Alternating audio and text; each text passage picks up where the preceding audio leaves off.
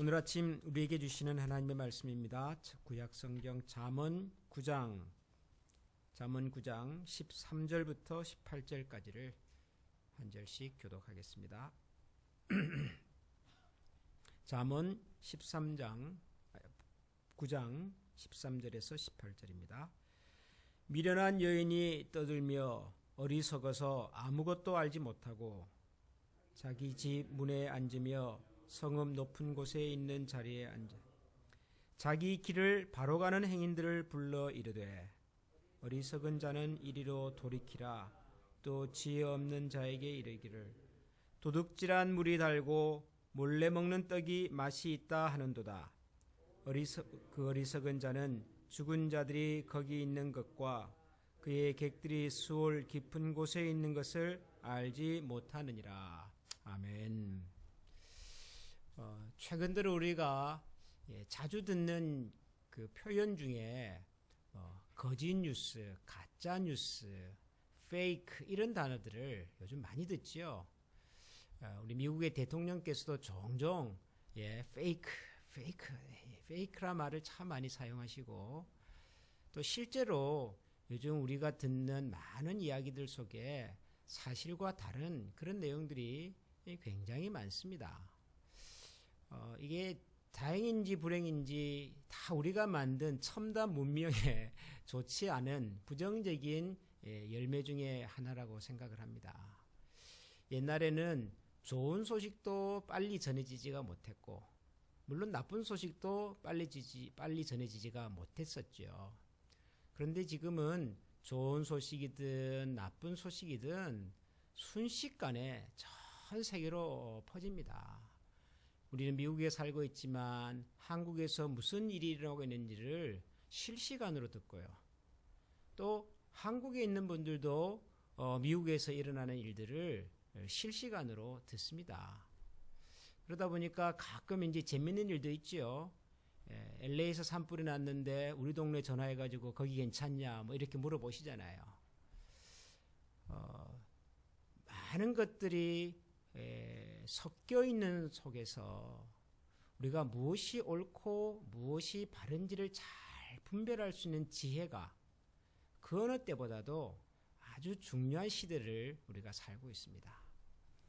옛날의 지혜의 개념은 이제 바른 것, 정직한 것, 원칙, 기준, 참 이런 것들을 잘 듣고 배워서 그대로 실천하면서 사는 것이었죠.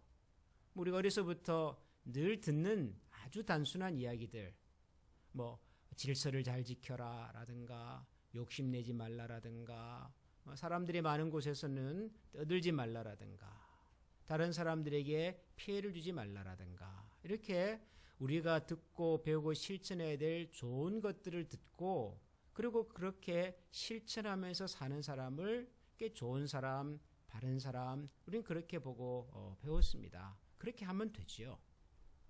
그런데 지금은 좋은 쪽보다도 나쁜 것, 틀린 것이 무엇인지를 잘 분별해내는 지혜가 있지 않으면 너무도 힘든 세상을 우리가 삽니다. 이 잠언을 읽어보면 지혜에 대한 여러 가지 이야기들을 하고 있는데요. 때로는 지혜를 사람의 모습으로 설명도 하고 또 지혜를 무슨 건축물에도 설명을 하고 그리고 가끔은 지혜가 아닌 것과 비교해서도 설명을 하는데요. 오늘 우리가 읽은 이 잠언 9장의 후반부에는 어리석은 여인 얘기를 하면서 어리석은 여인을 통해서 또 지혜의 다른 면을 우리에게 보여줍니다. 우리가 읽었던 짧은 내용이지만 미련한 여인이 떠들며 어리석었도 아무것도 알지 못하면서 그런데 뭐라 그럽니까? 자기 집 문에 앉아서 성읍 높은 곳에 있는 자리에 앉아서 자기 길을 바로 가는 행인들을 불러 이르되 여러분 이게 한번 그림을 그려보십시오. 어떤 여인이 자기 집 문에 앉아 있습니다. 성읍 높은 곳에 앉아 있습니다. 자기 집 문 앞에 있으니까 지나가는 행인들을 쉽게 만날 수가 있겠죠. 성읍 높은 곳에 있는 자리에 앉았으니까 많은 사람들이 볼 수 있는, 많은 사람들에게 얘기할 수 있는 그런 자리에 있는 것이죠. 그런데 그 자리에 앉아있는 여인의 정체가 뭐냐 하면 미련한 여인입니다. 어리석은 사람입니다. 아무것도 알지 못하는 사람입니다. 아무것도 알지 못하는 사람, 미련한 사람이, 어리석은 사람이 많은 사람들이 볼 수 있고 들을 수 있는 자리에 앉아서 하는 얘기가 뭐냐면 자기 길을 바로 가는 행인들을 불러 이릅니다. 자기 길을 제대로 가는 사람이에요. 자기 길을 바르게 가는 행인들을 불러 이르되 너는 이리로 돌이키라. 너는 이렇게 하라. 이렇게 얘기를 한다는 거예요. 그런데 그 말을 들은 사람이 그 말을 듣고 돌이켜요. 그 말을 듣고 가던 길을 바꿔요. 도둑질한 물이 달고 몰래 먹는 떡이 맛이 있다 이렇게 얘기를 하는데요. 그 말을 듣고 고개를 끄덕끄덕 하는 거예요. 저도 처음에 이 잠언 9장 읽으면서 이 부분을 읽으면서 가만히 이게 지금 어떤 상황인가 살짝 좀 헷갈렸습니다. 여러분, 도둑질한 물이 달고 몰래 먹는 떡이 맛이 있죠? 그렇죠? 여러분도 지금 이제 대답을 어떻게 될지 잠깐 멈칫. 우리 보통 이런 얘기 하잖아요. 몰래 먹는 떡이 맛있다. 그런 얘기 하잖아요. 그렇죠? 근데 여러분, 그게 정말 맞는 겁니까? 정말 우리가 그렇게 살아야 되는 겁니까? 도둑질한 물이 달고 몰래 먹는 떡이 맛있다고 생각을 하고 그렇게 살아야 되냔 말이에요. 그건 아니죠. 남의 떡을 몰래 먹으면 안 되지요. 아무리 궁해도 도둑질하면 안 되지요. 이게 우리가 배웠던, 우리가 지켜야 될 가치입니다. 그런데 우리가 살아가는 세상은 뭐라고 말을 하냐 그러면 도둑질한 물이 맛이 달고 몰래 먹는 떡이 달어. 이렇게 얘기를 하는 거예요. 그 얘기를 우리가 듣습니다. 우리가 누구냐 그러면은 자기 길을 바로 가는 행인들이에요. 우리가 지금 가고 있어요. 바르게 가고 있고 정직하게 가고 있고 목표를 향해서 바로 가고 있는데 우리 주변에서 이런 얘기들이 들린다는 거죠. 도둑질한 물이 달고 몰래 먹는 떡이 맛있지 않냐? 아, 그렇지. 그러면서 자기가 걸어가던 그 길을 돌이켜 방향을 바꾸어 그렇게 살아가는 사람들이 많더라. 네, 도둑질한 물이 달고 몰래 먹는 떡이 맛있다고 말한 그 여인이 어떤 여인이라고요? 미련한 여인, 어리석어서 아무것도 알지 못하는 사람. 그러니까 이런 얘기를 하는 여인에게도 문제가 참 많지만 그런 여인을 듣고 이것이 내가 들어야 할 이야기인지 혹은 내가 걸러서 들어야 할 이야기인지 혹은 듣지 말아야 할 이야기인지를 분별하지 못하고 걸어가는 행인에게도 문제가 있는 거죠. 문제가. 지혜라고 하는 것이 때로는 외부의 잘못된 생각과 잘못된 이야기와 잘못된 정보들로부터 우리가 듣고 우리가 배웠던 것을 잘 지킬 수 있는 능력을 얘기하기도 한단 말이죠. 요즘 한국에서 이 사태와 관련해서 자주 등장하는 그 신천지라고 하는 이름 있잖아요. 그 대표적인 한국의 이단이죠. 한국은 참 대단한 나라가 돼가지고 이 이단이 조금 소강이 된다 그러면은 또 어디서 또 새로운 이단이 등장을 해가지고 항상 이단의 계보를 이어가는 대단한 나라 같습니다. 근데 그 이단 중에서도 이 신천지 이단의 가장 큰 특징은 뭐냐 그러면은 목표가 기존 교회예요. 기존 교회. 목표가 기존 성도들입니다. 물론 다른 이단들도 대개 보면 교회 잘 다니는 사람들을 유혹해서 그렇게 데려가는 경우들이 허다하지만 이 신천지라고 하는 이단은 특별히 그래요. 특별히. 추수꾼이라고 하는 말을 쓰거든요. 추수꾼이 뭐죠? 곡식이 다 익으면은 거기 가서 거두오는 사람이 추수꾼이잖아요. 이런 표현을 써요. 누가 추수꾼이게요? 그 신천지 계신 분들이요. 어디 가서 추수를 할까요? 기존 교회 가서요. 교회 들어가가지고 신앙생활하는 사람들을 추수해 가는 거예요. 사람만 추수해 가는 것이 아니라 때로는 교회를 통째로 흔들어가지고 교회를 분열시키고 나누어가지고 그렇게 통째로 추수해 가는 경우들이 많아요. 여러분, 어디가 문제일까요? 앞서 말씀드렸지만 이단들은 늘 있어 왔고요. 앞으로도 있을 거예요.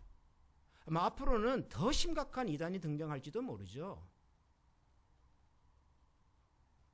아니 이 투수꾼들이 이 밀밭에 혹은 익은 곡식을 마음껏 걷어갈 수 있도록 방관하고 있는 그 농부와 그 농장의 주인은 도대체 뭐 하는 사람입니까? 이런 생각이 막 드는 거예요.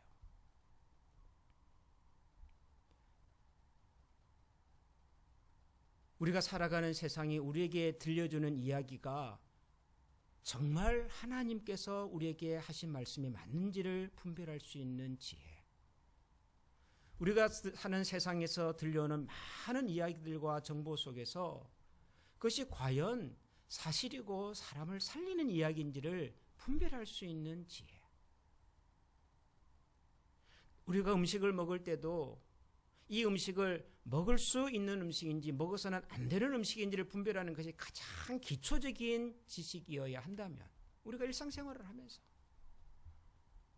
우리의 영혼과 우리의 마음의 건강함을 지켜낼 수 있도록 우리에게 들려지는 많은 이야기들과 많은 정보들 속에서 유해한 것들을 걸러낼 수 있는 그런 지혜와 그런 감각과 마음의 중심, 이건 너무너무 중요하죠. 너무너무. 그래서 우리가 더더욱 하나님 앞에서 말씀을 통하여 우리의 생각과 감정을 늘 이렇게 단련하고, 그리고 내 생각과 내 감정이 혹시라도 마치 이 어리석은 여인의 성문 높은 곳에서 들려주는 그 수많은 얘기들 때문에 나도 모르는 사이에 오염되어 있지는 않은지, 도둑질한 물이 달고 몰래 먹는 떡이 맛있다는 얘기를 들으면 나도 모르는 순간에 고기가 끄떡해진단 말이에요. 혹시 내가 나에게 들려지는 보여지는 이런 많은 이야기들 속에서 나도 모르게 끄떡이면서 수긍하면서 그 길에 함께 걸어가고 있지는 않는지. 지혜라고 하는 것은 단답형으로 주어지는 것이 아니라 심화 학습을 통해서 더 깊이 묵상해보고 그 속에 내 인생을 한번 던져보고 그 피드백을 다시 또 복귀해 가면서 그런 과정 속에서 하나하나 쌓여가는 것이 지혜니까 오늘도 그와 같은 마음으로 우리 속에 있는 우리 혼란한 생각들, 어지러운 생각들, 내가 불안해하는 마음들, 뭔가 확신이 서지 않는 이런 판단들을 하나님 앞에 올려드리면서 하나님의 말씀으로 또 하나님의 지혜로 검증을 받고 그 속에서 우리가 온전한 것을 바르고 정직하고 거룩한 것을 구별해서 살아갈 수 있는 그런 하루, 그런 우리의 발걸음이 될 수 있기를 주님의 이름으로 축원합니다. 기도하겠습니다. 오늘은 우리에게 이런 마음을 위해서 기도하십시다. 오래전 다윗이 하나님 앞에서 기도했던 그 기도 제목 중에 하나님 우리에게 정직한 영을 허락하여 주시옵소서, 거룩한 마음을 허락해 주시옵소서, 그렇게 기도했던 적이 있습니다. 위대한 지도자 다윗조차도 어떤 순간에는 옳고 그름을 분별하지 못하고 인생의 가장 깊은 나락으로 떨어지기도 하였습니다.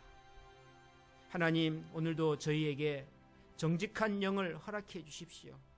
거룩한 마음을 허락해 주십시오. 세상들이 우리에게 들려주는 많은 이야기들 속에서 우리가 참으로 취해야 할 것과 취하지 말아야 할 것을 잘 분별할 수 있는, 우리가 먹어야 할 것과 먹지 말아야 할 것을 잘 분별할 수 있는 그런 판단력과 지혜를 허락해 주시옵소서. 우리 그런 마음으로 같이 한번 기도하십시다. 그리고 여러분들께서도 들으셨겠지만 이제 우리 지역에도 이 코로나 바이러스로 인한 문제가 점점 심각해져 가고 있습니다. 이 지역에 있는 많은 사람들이 협력하여서 속히 이 문제를 잘 극복해 낼 수 있도록 여러 관계자들과 지도자들에게 하나님께서 지혜를 주시도록 여러분 기도해 주시고, 또 우리 교회도 이 일을 위하여서 함께 합심하여서 서로서로를 잘 돌아볼 수 있는 그런 공동체가 되도록 기도해 주시면 좋겠습니다. 다 같이 이런 마음으로 통성으로 기도하겠습니다.